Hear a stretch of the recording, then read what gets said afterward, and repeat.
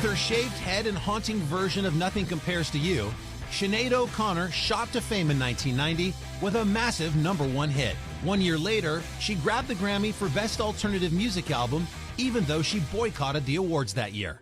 But it was her shocking move on Saturday Night Live in 1992, after singing Bob Marley's War, when Sinéad tore up a photo of Pope John Paul II and instantaneously destroyed her career. The perception was that that Pope moment on SNL 92 sort of derailed your career, whereas your take on it, which I thought was interesting, was that's quite the opposite. It was at that moment that you felt like you were re-railing your career. What did you mean by that? Sinéad O'Connor was never meant to be a pop star. It was really a protest singer, you know. She says it wasn't a stunt. It was a statement against child abuse, a decade before the sex abuse scandal in the Catholic Church exploded. The Vatican had no comment. Catholic leaders said her actions deeply wounded people. 10 years after the Pope ripping episode, you all then found out in America that this was going on. We always say Americans, they think nothing happened until they found out about it. Nearly 2 weeks after SNL, Sinéad was famously booed off the stage at a Bob Dylan tribute concert. You sort of shouted war over the audience. I think I got halfway through before I almost barfed because I was screaming so loud. Do you think you were the first one sort of canceled? That's a good question. I never thought of that. Probably the first one that everybody was like, okay, that is not having a career now. Yeah, I mean, they were steamrolling your records like within 24 hours. They were literally with bulldozers. Until she apologizes, we've got to say, do not buy her material. She says ripping up the photo of the Pope was a blessing.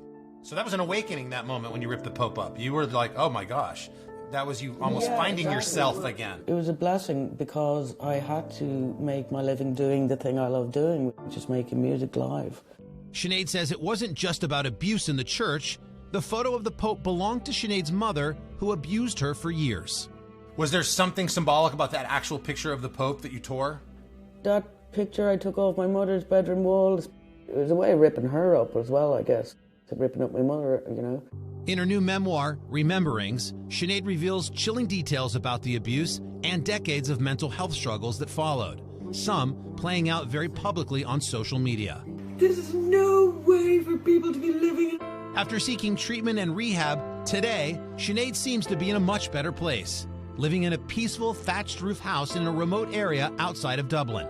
As you and I sit here right now, I mean, how do you feel? How are you? No, I'm good, yeah. I've been really good since I moved into this place about a year ago. Yeah, it's real peaceful. Somebody told me that you have anxiety. It's true. I am riddled with it. You know what it's like? It's terrible. I suffer from a condition called complex post-traumatic stress disorder from things that I went through growing up. She also describes in her book being inspired by Muhammad Ali, frightened by Prince, and misunderstood by Old Blue Eyes. What happened was poor Frank Sinatra had been told that, you know, there's this cheeky Irish singer and she hates America. He said something about she should have her kicked. And the trouble was I was staying in the same hotel as him. Oh my gosh. And I was thinking, oh my God, my father is going to kill me if I kick the crap out of Frank Sinatra. I love Frank Sinatra, obviously. What's not to love? He's amazing. Right. Next year, she'll tour a new album being released this fall.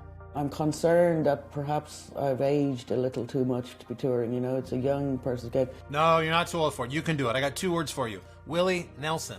Yeah, but, you know, I don't know, he didn't have a radical hysterectomy. My soul and spirit are 17 and are certain of it, but my body thinks it's 70. How does that make you feel to see and feel the love of large crowds these days? It's lovely, it's lovely. I like particularly when there are men crying, then I know I did a good job.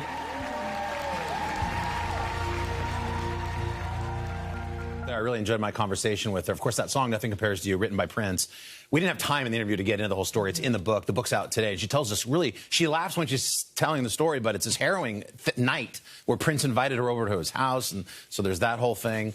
It hasn't been an easy road for her with her mental health, but she's doing great. She lives in this house that you saw. It looks like the Keebler elves live there outside of Dublin. She's very happy there. She has a simple, boring life. She loves American television. She's a big Murder in the She's a huge Taye Diggs fan. And she does her things every day, tingles in the garden, maybe has a smoke, and she's doing great. You she's writing music, too, yeah, right? she's got a new record coming out, No Veteran Dies Alone. That's her first record in 8 years. She's going to tour. And I really just enjoyed my time. The book is a brutally honest account of an extraordinary life. I mean, it's really, she says she doesn't even remember really writing half of it. Wow. That was revealing, man. That was. There's a lot to do.